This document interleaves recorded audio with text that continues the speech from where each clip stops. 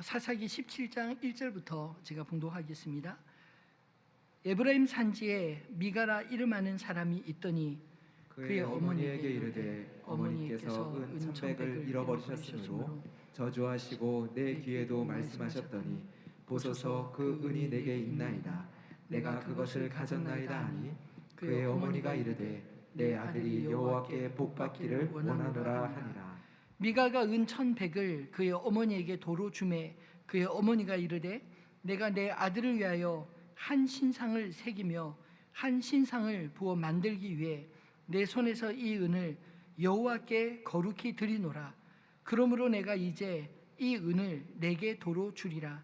미가가 그 은을 그의 어머니에게 도로 주었으므로 어머니가 그 은 200을 가져다가 은장새에게 주어 한 신상을 새기고 한 신상을 부어 만들었더니 그 신상이 미가의 집에 있더라. 그 사람 미가에게 신당이 있으므로 그가 에봇과 드라빔을 만들고 한 아들을 세워 그의 제사장으로 삼았더라. 그때에는 이스라엘의 왕이 없었으므로 사람마다 자기 소견에 옳은 대로 행하였더라. 유다 가족에 속한 유다 베들레헴에 한 청년이 있었으니 그는 레위인으로서 거기서 거류하였더라.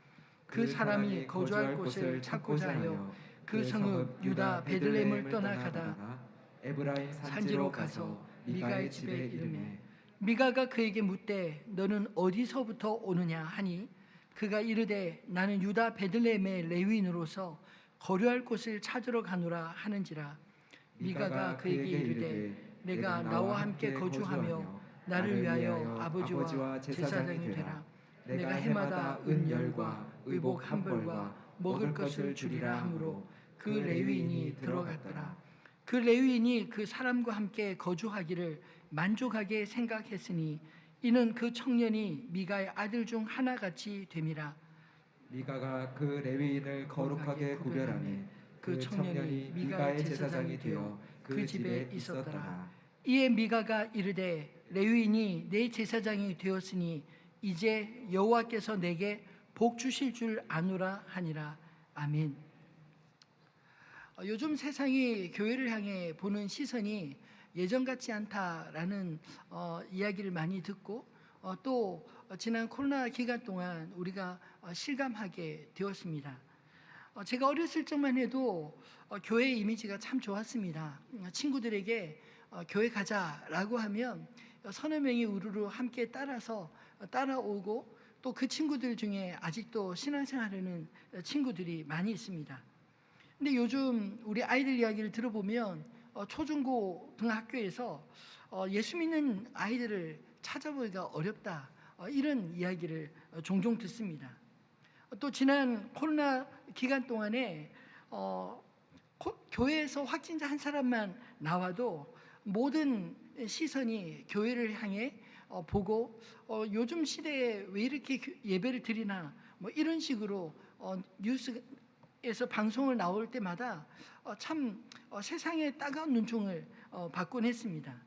이 코로나 기간 중에 한 설문기관에서 설문조사를 했는데 세상에 불안을 조성하는 종교가 어떤 종교라고 생각하느냐, 아주 의도적인 질문 같아요. 그랬더니 한 50% 이상이 기독교다라고 이야기를 합니다. 또 종교 선호도 조사에서도 가장 신뢰하는 종교로 뭐 가톨릭과 불교를 먼저 꼽고, 그리고 개신교가 그 16%밖에 나오지 않아 충격을 주었습니다.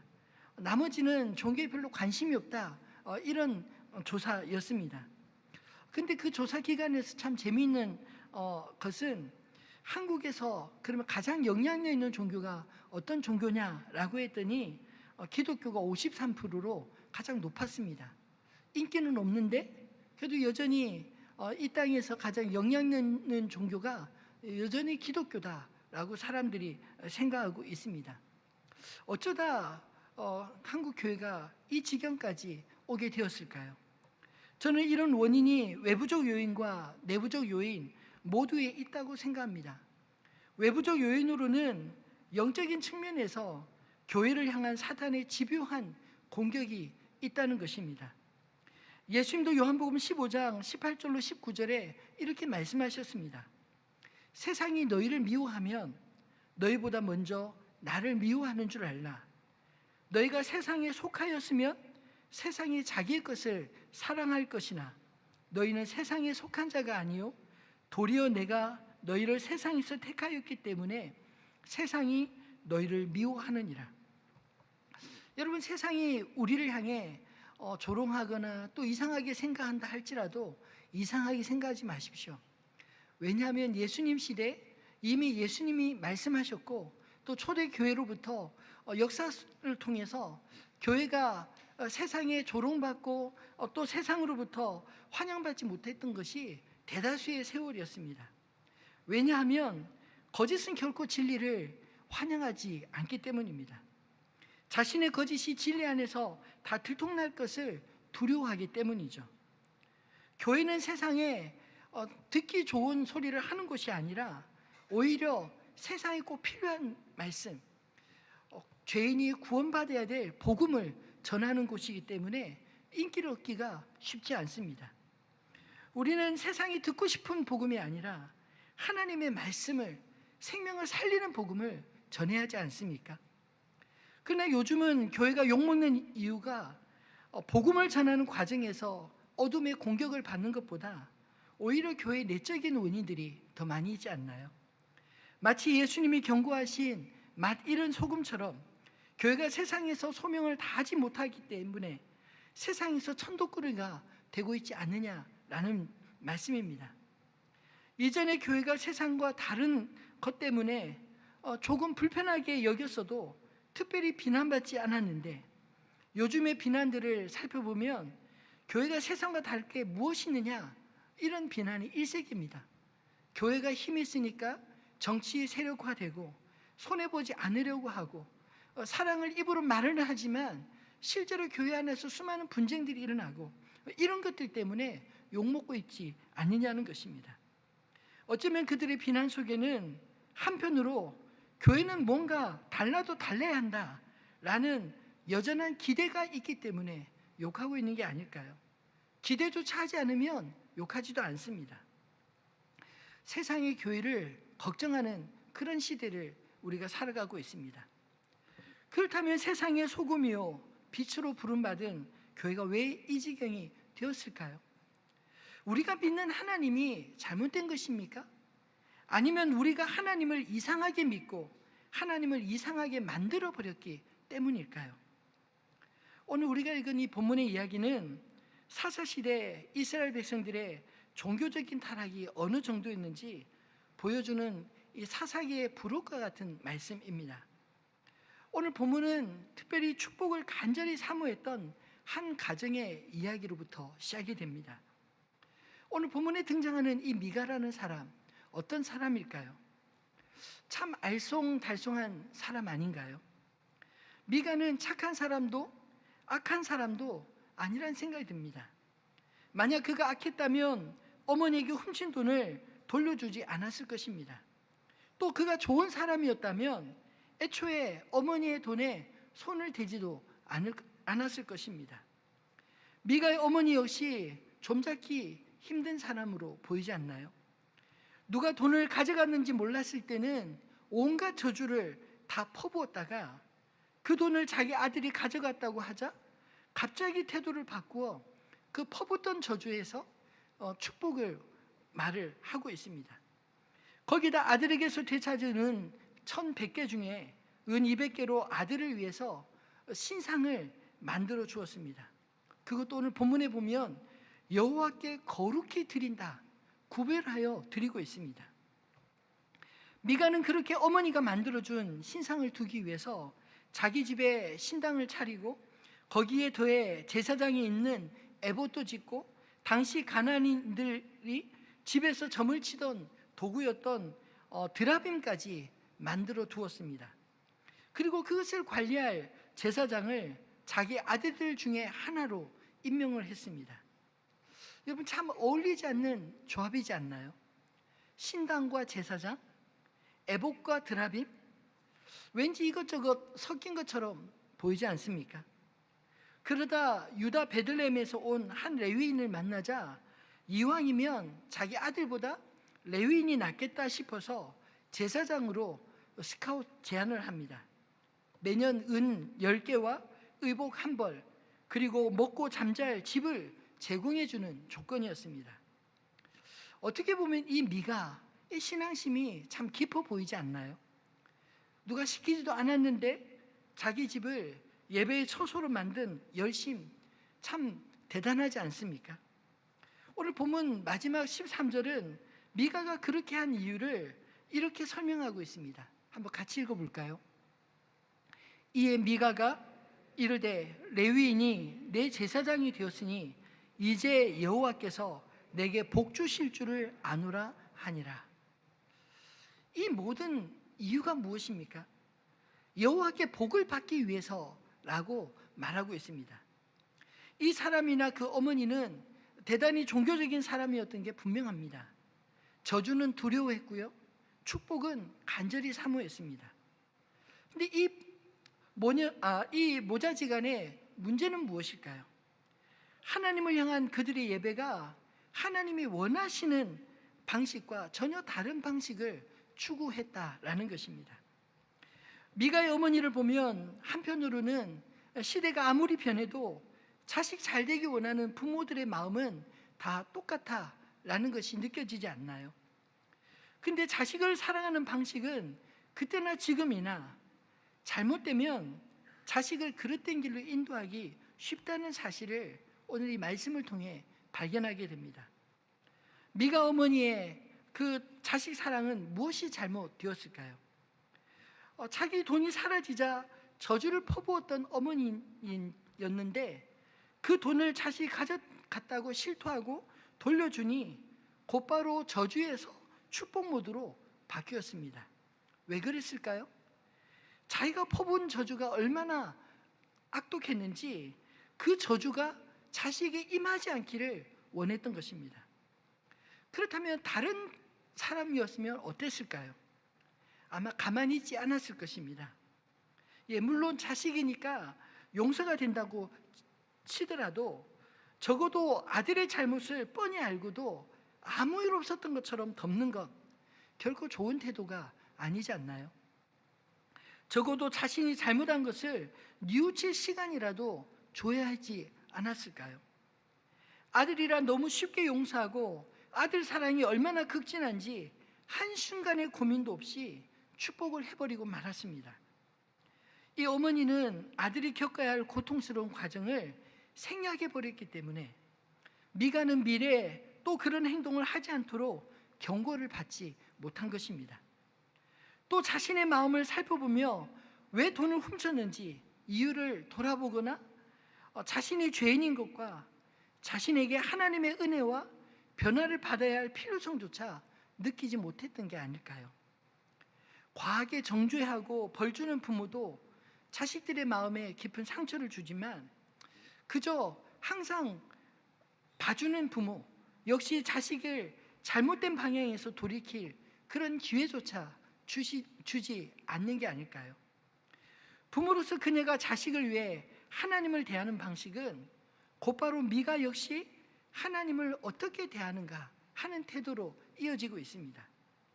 미가와 그의 가정에서 나타나는 이런 신앙의 형태, 신앙의 대상인 하나님조차 자신을 위해 사유하려는 인간의 욕망이 여실하게 보여주는 장면 아닐까요? 인간은 할 수만 있으면 자신의 지혜와 힘으로 모든 것을 통제하고 조정하고 싶어 합니다. 그것이 잘 되면 만족하고 자기 뜻대로 잘 되지 않으면 불안해합니다. 여러분, 기독교와 다른 종교의 본질적인 차이가 무엇입니까? 다른 종교들은 신앙의 대상 그리 중요하게 생각하지 않습니다. 오히려 자신의 정성으로 신을 움직일 수 있다고 하는 그런 자신의 정성을 더 중요하게 생각하지 않습니까? 사실 그런 의미에서 자기 정성으로 신을 움직이지 못하는, 오히려 하나님을 예배하는 것을 훨씬 어렵게 생각하는 게 아닐까요? 그래서 사람들은 자신을 위한 신, 우상을 만드는 것입니다. 오늘 미가를 위해 그 어머니가 신상을 만들어주고, 미가 역시 에봇과 드라빔 신당까지 만들고 제사장을 자기를 위해 세운 것은 자기 자신을 위한 신을 만들기 원했기 때문입니다. 저는 오늘 말씀을 묵상하면서 문득 이런 질문이 들었습니다. 우리의 신앙의 동기가 도대체 무엇인가? 라는 질문입니다. 여러분의 신앙의 동기는 무엇입니까? 축복을 받기 위함인가요? 아니면 하나님을 잘 알고 하나님을 잘 섬기기 위함입니까?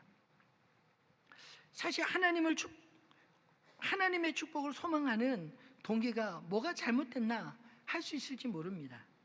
근데 문제는 우리가 원하는 축복 그 자체가 신앙의 목적이 되면, 우리가 신앙하는 신앙의 대상이신 하나님은 내가 원하는 축복에 받기 위한 수단으로 전락될 수 있기 때문입니다.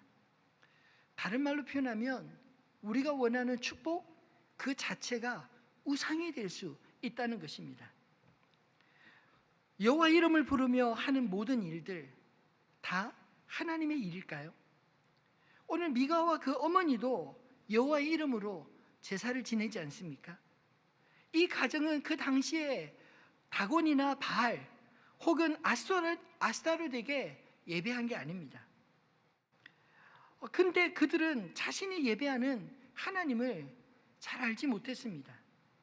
하나님은 이 백성들이 그렇게 될 줄 알고 모세를 만나실 때도 자신의 이름을 묻는 모세를 향해 이렇게 대답을 주셨습니다. 출애굽기 3장 14절, 하나님 모세에게 어떻게 말씀하셨는지 한번 읽어볼까요? 하나님이 모세에게 이르시되 나는 스스로 있는 자이니라. 또 이르시되 너는 이스라엘 자손에게 이같이 이르기를 스스로 있는 자가 나를 너희에게 보내셨다 하라. 아멘. 여러분, 보통 대명사 이름은 그 이름을 들으면 이미지가 떠오르게 됩니다. 근데 하나님께서 자신의 이름을 어떤 우리가 알고 있는 그런 이미지로 주시지 않고 스스로 있는 자다. 왜 이렇게 표현하셨을까요?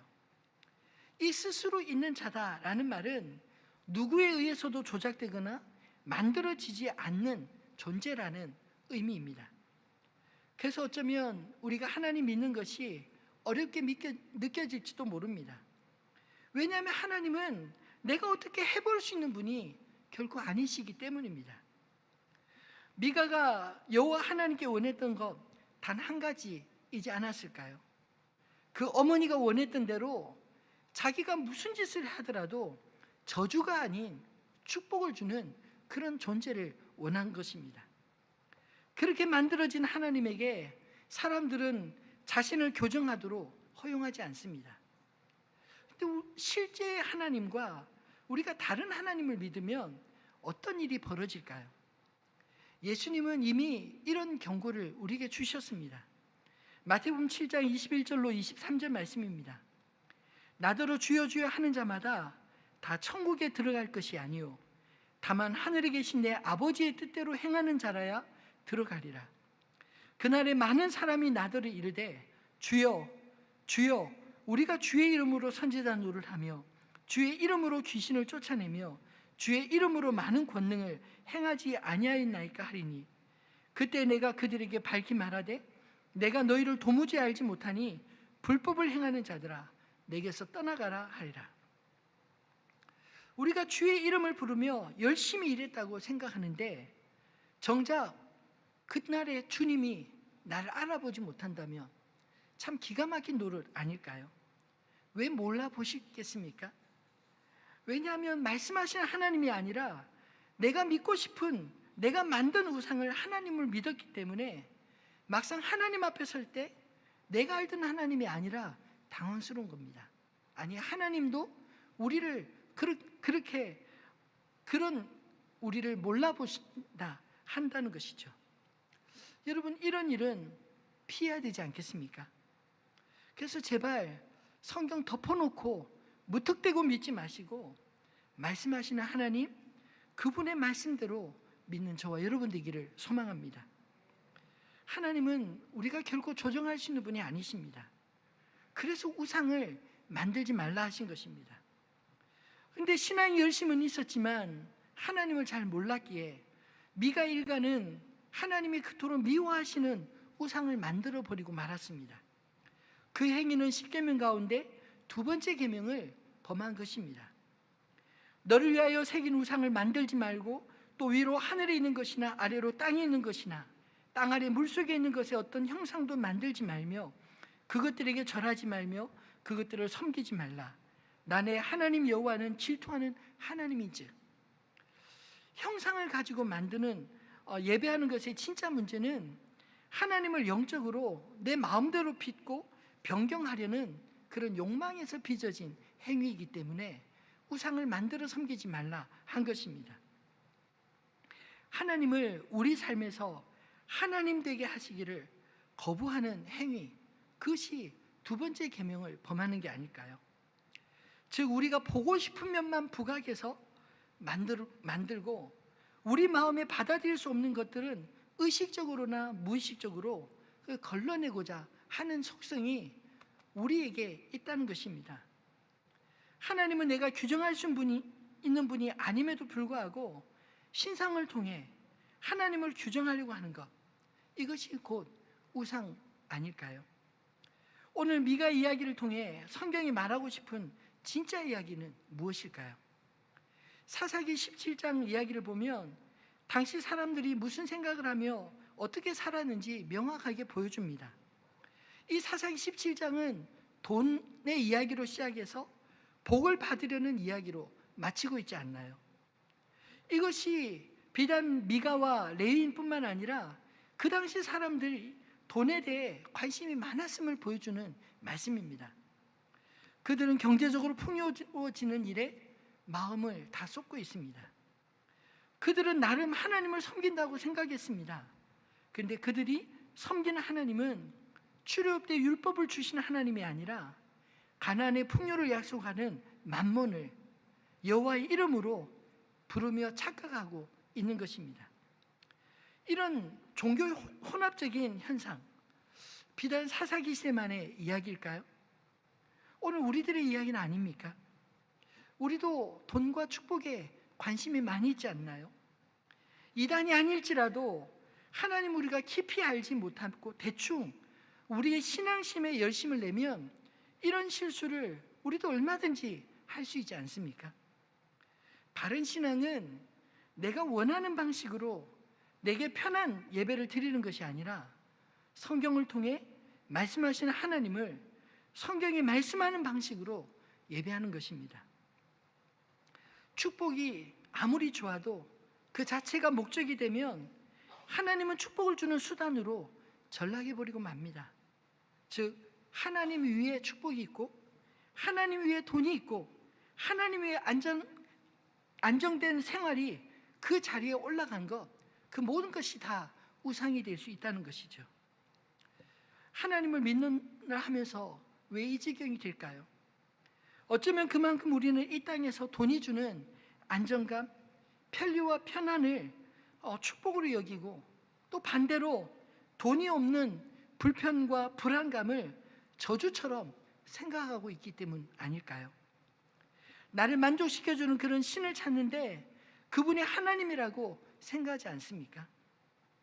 그렇다면 우리가 믿는 예수님은 이 땅에서 어떤 삶을 사셨을까요? 마태복음 8장 20절에 예수님 제자들에게 이렇게 말씀하셨습니다. 여우도 굴이 있고 공중에 새도 거처가 있으되 인자는 머리 둘 곳이 없다 하시더라. 예수님은 이 땅에서 편안과 부유함을 결코 추구하지 않으셨습니다. 예수님이 이 땅에 오셔서 자기 마음대로 살지 않으시고 철저하게 아버지 하나님의 뜻을 구하며 사셨습니다. 십자가를 지시 직전 겟세마네 동산의 처절한 기도를 보면 예수님이 어떻게 사셨는지 분명 보이지 않습니까? 아버지여, 만일 아버지의 뜻이거든 이 잔을 내게서 옮기시옵소서. 그러나 내 뜻대로 마옵시고 아버지 원대로 되기를 원하나이다. 예수님도 고난의 십자가 앞에 잠시 머뭇거리셨습니다. 내 뜻과 하나님 아버지의 뜻을 좁히는 데는 우리의 생각대로 되는 게 아니라 예수님이 보여주신 기도 외에는 답이 없는 것입니다. 그래서 주님은 우리를 위해 아버지의 뜻대로 순종하는 기도의 본을 보이시고 친히 아버지의 뜻대로 온전히 순종하셨습니다. 오늘 사사기의 핵심 구절인 6절과 참 대조되는 그런 삶이 아닐까요? 6절 말씀을 다시 한번 읽어보겠습니다. 그때는 이스라엘에 왕이 없었으므로 사람마다 자기 소견에 옳은 대로 행하였더라. 예수님은 철저하게 아버지의 뜻에 순종했는데 그의 백성이요 제자인 우리는 과연 하나님 아버지의 뜻에 온전히 묻고 순종하고 계신가요? 혹시 내 소견에 옳은 대로 내 방식대로 나의 하나님을 만들고 섬기고 있지는 않습니까? 신앙은 나의 뜻과 하나님 아버지의 뜻 사이에 처절한 씨름입니다. 내 뜻대로 사는 것이 당장에는 옳게 보이고 좋아 보일지 모르지만 사실 따져보면 거기서부터 모든 우리 인생의 문제들이 발생하지 않나요? 여러분, 하나님 내 마음대로 조정하고 싶어도 그게 되던가요? 그러니 하나님 믿는 삶에 평안이 깨어지지 않습니까? 아니, 하나님께서 우리의 삶에 의도적으로 평강을 깨트리실 때가 있습니다. 왜냐하면 우리를 흔들어서 내가 원하는 하나님이 아니라 진실로 살아계신 하나님을 바라보도록 우리의 평강을 깨트리시는 것입니다. 사실 내 뜻대로 되면 좋아 보일지 몰라도 내 좁은 식견과 이기적인 뜻대로 되는 것 좋지 않을 때가 훨씬 많습니다. 저도 저의 짧은 인생이지만 뒤돌아보면서 깨닫는 것이 참 많이 있는데 어떨 때는 정말 내 뜻대로 되지 않을 때가 훨씬 더 좋았다, 이럴 고백이 들 때가 참 많았습니다. 근데 뒤돌아보면 내 뜻대로 되지 않았지만 나를 향하신 하나님의 뜻이 여전히 나를 붙들고 계시고 그 뜻이 이루어질 때 정말 하나님 앞에 감사할 수밖에 없는 그런 적이 참 많이 있습니다. 제 하늘빛 우리 교회가 사실 3년 전에 건축을 하려고 준비를 했습니다. 근데 원하던 건축이 이루어지지 않았습니다. 은행에서 대출을 받아야만 건축을 할 수 있었는데 대출이 되지 않아서 건축을 미루게 되고 지금 부지에 그냥 땅만 밀고 옆에 있는 건물을 사서 거기를 리모델링해서 지금 예배당으로 쓰고 있습니다. 사실 그 과정에 오랫동안 제가 기도했는데 되지 않으니까 참 당황스러웠습니다. 근데 건축이 되지 않고 난 바로 그 이듬해 코로나가 터지고 예배를 제대로 드릴 수 없었습니다. 뿐만 아니라 저희가 건축을 하기로 맡겼던 건축 회사가 부도가 나는 바람에 자칫 건축을 시작만 했어도 저희가 그 회사 때문에 큰 어려움을 당할 수 있었습니다. 그게 불과 몇 달 사이에 일어난 일입니다. 그래서 저뿐만 아니라 성도님들이 다 같이 느끼는 것이 우리 뜻대로 되진 않았는데 그런데 오히려 더 잘 됐다, 이런 생각이 들어서 얼마나 감사한지 모릅니다. 여러분 인생 가운데 그런 일들 종종 있지 않으신가요? 여러분, 우리가 하나님을 믿을 때 확실한 것은 내 인생 가운데 내 뜻이 아니라 하나님의 뜻이 이루어지다. 여러분 이 사실 믿으시나요? 그러면 괜찮습니다. 비록 내 뜻이 이루어지지 않는다 할지라도 항상 기뻐할 수 있습니다. 감사할 수 있습니다. 왜냐하면 나를 향한 주님의 뜻은 여전히 유효하니까요. 예수님이 아버지의 뜻대로 십자가를 지신 건 그것은 우리로 주님을 따라 살게 하시기 위함이었습니다. 마태복음 16장 24절에 예수님은 자신을 따르는 제자들에게 이렇게 말씀하십니다.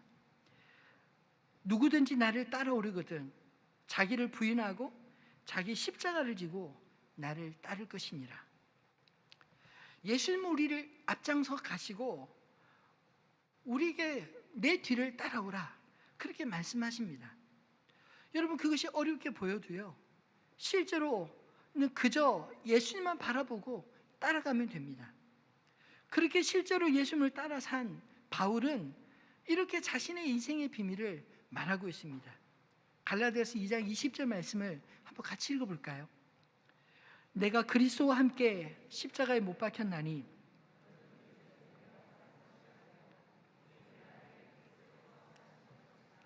이제 내가 육체 가운데 사는 것은 나를 사랑하사 나를 위하여 자기 자신을 버리신 하나님의 아들을 믿는 믿음 안에서 사는 것이라. 아멘. 여러분, 부활하신 예수님을 만나기 전에는 이 사울은 예수가 마땅히 죽어야 될 죄인이고 자신은 율법대로 사는 의인이라고 생각했습니다. 근데 부활하신 예수님을 만나고 보니 실제로 죽어야 할 죄인은 자기 자신이었고, 예수님은 죽을 이유가 하나도 없었지만 나 같은 죄인 때문에 죽었구나, 이 사실을 깨달은 것입니다. 여러분, 이게 복음인 줄 믿으시기 바랍니다.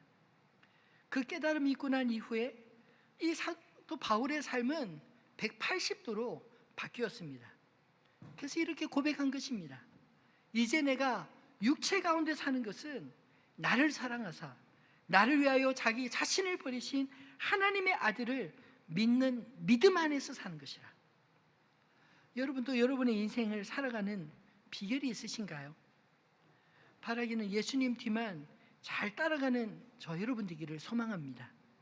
조금 욕심을 내면 바울처럼 나는 죽고 내 안에 예수께서 사시는 삶을 그저 흉내라도 낼 수 있기를 주님의 이름으로 축원합니다. 어떻게 그렇게 살 수 있습니까? 내가 주인이면, 내 인생의 주인이면 그렇게 살 수 없지만 정말 예수님이 나의 생명의 주인이라고 믿고 그렇게 따르면 살 수 있습니다. 결국 신앙은 주도권의 문제이지 않나요? 오늘 미가 가정의 문제는 신앙의 주도권을 자기 자신이 쥐고 자신의 축복을 위해 하나님을 이용하려는 데 있었습니다. 근데 정말 우리가 기도하는 것처럼 예수 그리스도께서 나의 주인이시라면, 그분을 온전히 신뢰하고 내 인생의 모든 것을 맡길 수 있으면 우리 삶의 데살로니가전서 5장 16절로 18절 같은 삶의 변화가 반드시 따라오는 줄로 믿습니다. 항상 기뻐하라, 쉬지 말고 기도하라, 범사에 감사하라, 이것이 그리스도 예수 안에서 너희를 향하신 하나님의 뜻이니라. 여러분, 우리 기도할 때마다 늘 하나님 뜻 구하지 않나요? 주님의 뜻이 무엇인지 알려주십시오. 근데 성경에 분명히 기록되어 있습니다. 항상 기뻐하고 쉬지 않고 기도하고 범사에 감사하는 것. 우리가 어떤 일을 만나든지 우리가 하나님을 신뢰함으로 우리 인생을 맡긴다면 주님은 그 상황 속에 기뻐하기를 원하시고 감사하기를 원하시고 그리고 기도하기를 원하십니다. 나의 모든 것을 다 아시는 주님, 나에게 가장 좋은 것으로 주실 수 있는 주님이 모든 것을 합력하여 선하게 이루어 주실 줄 믿기 때문에 우리가 그렇게 할 수 있는 게 아닐까요? 너희가 악한 자라도 자식에게 좋은 것으로 줄 줄 알거든 하물며 하늘에 계신 너희 아버지께서 구하는 자에게 좋은 것으로 주시지 않겠느냐. 예수님 산상설교에서 그렇게 말씀하셨습니다. 사실 우리는 자식을 양육하면서 무엇이 자식에게 좋은지도 모르고 독인지 약인지 구분도 못하지만 우리를 창조하신 하나님 아버지께서는 나를 위해 꼭 필요한 것, 가장 적합한 시간에 주실 수 있는 분이심을 믿으시기 바랍니다. 그 하나님 믿을 때 우리의 삶의 주도권을 주님께 온전히 맡길 수 있지 않은가요? 여러분, 그것은 결코 미치는 장사가 아니라 남는 장사임을 믿으시기 바랍니다. 말씀을 맺겠습니다. 우리 예배가 하나님 앞에 온전하게 회복되기를 소망합니다. 예배는 형식보다 그 대상이 더 중요합니다. 미가 예배는 자기를 위한 예배였고 그래서 여러 가지 도구들이 필요했습니다. 자기 만족을 위해 이것저것 다 만들었지만 실상은 자기가 마음껏 주무를 수 있는, 조종할 수 있는 우상을 만든 것입니다. 그 우상이 자신을 위해 축복을 줄 수 있는 존재로 믿고 싶었습니다. 근데 예수님은 사마리아 여인을 찾아가서 인생의 목마름을 채우는 것은 하나님을 바르게 예배하는 것임을 이렇게 말씀하셨습니다. 요한복음 4장 23절로 24절 말씀 같이 읽어볼까요? 아버지께 참되게 예배하는 자들은 영과 진리로 예배할 때가 오나니 곧 이때라. 아버지께서는 자기에게 이렇게 예배하는 자들을 찾으시느니라. 하나님은 영이시니 예배하는 자가 영과 진리로 예배할지니라. 아멘. 여러분, 예수님이 이 땅에 오셔서 예배에 대해서 가르치신 가장 완벽한 말씀이 오늘 이 요한복음 말씀 아닌가요? 근데 이 말씀을 왜 제사장이나 바리새인 같은 종교 지도자들에게 말하지 않고 오히려 사마리아에 아무 사람들의 눈길을 피해서 대낮에 물기를 온 그 여인에게 이 말씀을 하셨을까요? 여기에 비밀이 있습니다. 우리도 하나님을 찾는다고 생각하지만 사실 이 말씀을 자세히 보면 하나님께서 자신을 향하여 영과 진리로 참되게 예배하는 자들을 그렇게 간절히 찾고 계시기 때문이라 말하고 있지 않습니까? 사실 이 사마리아 여인은 사람들에게 알려지기에는 행실이 나쁜 사람 이렇게 알려졌을지 모르지만 이 여인의 안에는 깊은 갈망이 있었습니다. 자신의 모든 것을 메시아께서 오시면 다 말씀해 주시리라. 자신의 인생의 그 목마름을 메시아가 오시면 채우시리라. 그래서 주님께서 그 여인을 찾아가신 것입니다. 그리고 그리스도가 오시면이라고 말할 때 바로 내가 그다 라고 말씀하시고 그리고 예배에 대해서 이 말씀을 들려주셨습니다. 여러분, 우리 안에 하나님을 향한 그런 간절한 목마름이 있다면 주님 반드시 우리에게 말씀하시고 우리에게 찾아오시고 우리를 선하게 인도해 주실 줄 믿습니다. 이것이 얼마나 우리에게 위로가 되는지요. 우리는 내가 잘해야 된다라고 생각했지만 사실 오늘 말씀을 보면 주님이 오히려 우리를 위해 더 열심을 내시고 우리를 위해 참된 예배자를 찾으시는 이것이 우리에게 더 위로가 되지 않습니까? 사람들은 내 형편을 알아주지 못한다 할지라도 하나님은 내 마음의 중심을 다 하신다는 것, 이것이 얼마나 큰 위로가 되는지 모릅니다. 여러분, 내가 바꿀 수 있는 것은 믿음의 대상이 아닙니다. 하나님은 내가 바꿀 수 있는 분이 아닙니다. 오히려 하나님 앞에 바뀌어야 될 것이 바로 내가 아닐까요? 사람들은 하나님을 자기 방식대로 상대적으로 비교해서 알기 원하지만 하나님은 결코 무엇과 비교해서 상대적으로 알 수 있는 분이 아니십니다. 하나님은 절대적인 분이시기에 우리가 그분의 뜻과 의를 구해야지 하나님이 우리의 뜻과 의에 맞춰주셔야 되는 분이 아니라는 말씀입니다. 바른 신앙은요, 하나님을 바르게 알고 하나님을 하나님으로 인정하여 나를 그분의 뜻에 조정하고 맞추는 것입니다. 그것이 우리가 드려야 될 영적 예배 아닐까요? 사도 바울도 로마서 12장 1절로 2절에 영적 예배를 이렇게 가르치고 있습니다. 너희 몸을 하나님이 기뻐하시는 거룩한 산 제물로 드리라. 이는 너희가 드릴 영적 예배니라. 너희는 이 세대를 본받지 말고 오직 마음을 새롭게 함으로 변화를 받아 하나님의 선하시고 기뻐하시고 온전한 뜻이 무엇인지 분별하도록 하라. 여러분, 이 세대가 흉흉할지라도 이 세대를 향하신 하나님의 뜻 분명히 있습니다. 그 하나님의 선하시고 기뻐하시는 뜻이 무엇인지 분별하고 그리고 우리 몸을 하나님이 기뻐하시는 거룩한 산 제물로 내가 사는 것이 아니라 내 안에 그리스도께서 사시도록 날마다 자기를 부인하며 살아가는 것, 이것이 주님이 찾으시는 영적 예배가 아닐까요? 만약 사사시대와 같이 우리 각자 자기 속에 오른 대로 자기 하나님을 만들어 믿는다면 아마 마지막 날 주님 앞에 다 같이 모였을 때 서로 알아보기 힘들 것입니다. 그러나 오직 한 분, 하나님의 선하시고 기뻐하시는 그 뜻을 구하며 그 선하신 하나님을 예배한다면, 비록 우리가 다니는 교회는 다르다 할지라도 언어와 민족은 다르다 할지라도 주님 앞에 다 같이 모였을 때 한 분 하나님 앞에 참된 예배자로 다 함께 만나지 않겠습니까? 또다시 코로나 확진자가 요즘 늘어나고 있습니다. 그러나 3년간 이미 코로나와 싸우면서 우리도 많이 적응되지 않았습니까? 확진자들이 많아지고 있지만 이제 더 이상 우리가 그것 핑계대고 예배를 게을리할 수 없지 않나요?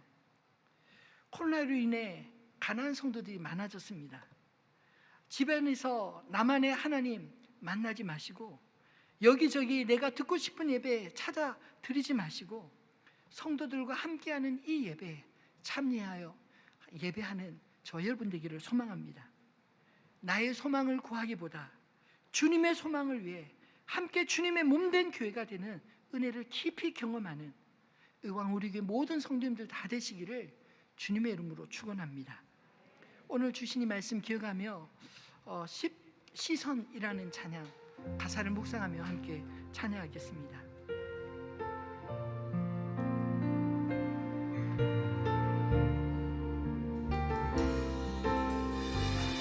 내게로부터 눈을 들어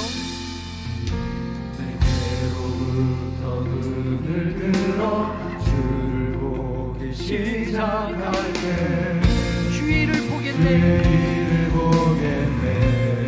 내 작은 마음 돌이키사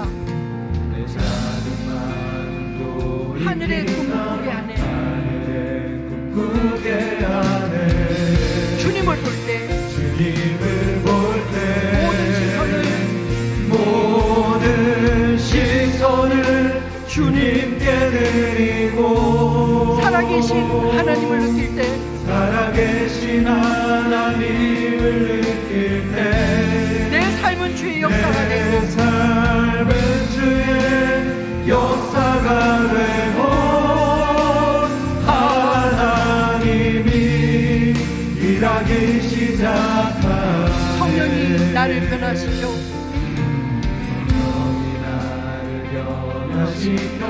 모든 두려움 사라지네. 주의 일을 보게 돼. 황폐한 땅 한가운데서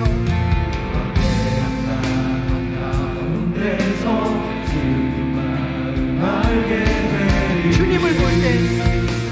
주님을 볼 때 모든 시선을 주님께 드리고 전능하신 하나님을 느낄 때 세상은 주의 나라가 되고 세상은 주의 나라가 되고 하나님이 일하기 시작하네. 모든 시선을 주님께 드리고 전능하신 하나님을 느낄 때 세상은 주의 나라가 되고 세상은 주의 나라가 되고 하나님이 일하기 시작하네. 모든 시선을 주님께 드리고 살아계신 하나님을 느낄 때 살아계신 하나님을 느낄 때 내 삶은 주의 역사가 되고 내 삶은 주의 역사가 되고 하나님이 일하기 시작하네. 하나님이 일하기 시작하네. 여러분, 우리 인생이 왜 피곤하고 힘들까요? 내 뜻대로 다 되면 힘들 일도 없을 텐데 사실 우리 인생은 내가 예측하지 못하는 일들, 내가 원하지 않는 일들, 그런 일들 일어나서 참 많이 힘들지 않나요? 여러분 기억하십시오. 내 뜻이 이루어지지 않는다 할지라도 나를 향한 하나님의 뜻은 변함이 없으시고 그 선하신 뜻은 나를 계속 바꾸어 나가실 것입니다. 언제까지요? 내 안에 그리스도 예수의 형상, 그 형상이 이루어질 때까지 주님은 포기하지 않으시고 우리를 참된 예배자로 빚어가실 것입니다. 그래서 우리에겐 소망이 있습니다.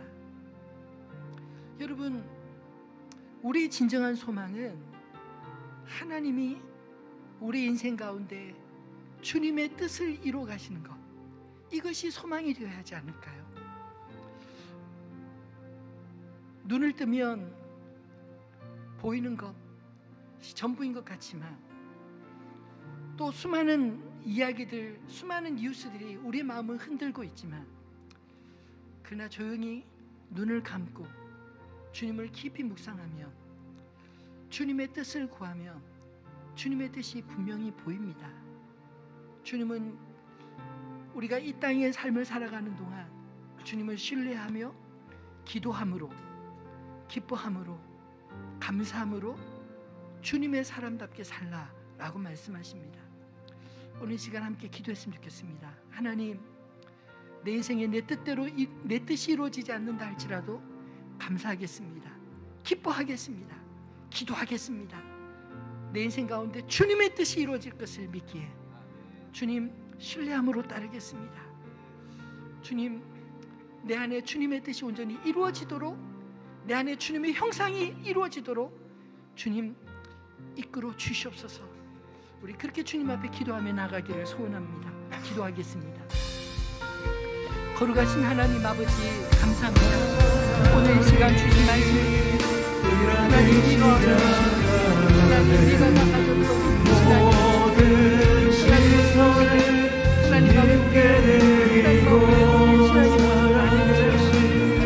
살아계신 하나님의 길 내 삶은 주의 역사가 되고 하나님이 일하기 시작하네. 모든 시선을 주님께 드리고 살아계신 하나님을 느낄 때내 삶은 주의 역사가 되고 하나님이 일하기 시작하네. 모든 시선을 주님께 드리고 살아계신 하나님을 느낄 때내 삶은 주의 역사가 되고 하나님이 일하기 시작하네. 살아계신 하나님 아버지, 감사합니다. 우리를 향한 주님의 선하신 뜻은 한 번도 변함이 없었음을 깨닫습니다. 하나님, 오늘 미가를 통해서 하나님 우리의 잘못된 신앙의 모습들이 있다면 깨닫게 하여 주시고 돌이키게 하시고, 하나님 우리의 인생에 내 뜻이 아니라 하나님의 뜻을 구하는 것이 바른 신앙의 길임을 깨닫게 하여 주시옵소서. 하나님, 우리를 향한 주님의 선하신 뜻은 변함없이 우리를 이끌어 가실 줄을 믿습니다. 때로 내 뜻대로 되지 않는다 할지라도, 내 계획에 어긋난다 할지라도 하나님 좌절하거나 포기하거나 하나님 절망하지 않게 하시고 잠잠히 기도하게 하시며 감사하게 하시고 기뻐할 수 있도록 도와주시옵소서. 하나님, 나를 향하신 주님의 뜻이 반드시 이루어질 것을 믿음으로 하나님 믿고 따를 수 있도록 주님 축복하여 주시옵소서. 하나님, 코로나 때문에 우리 믿음이 많이 약해져 있습니다.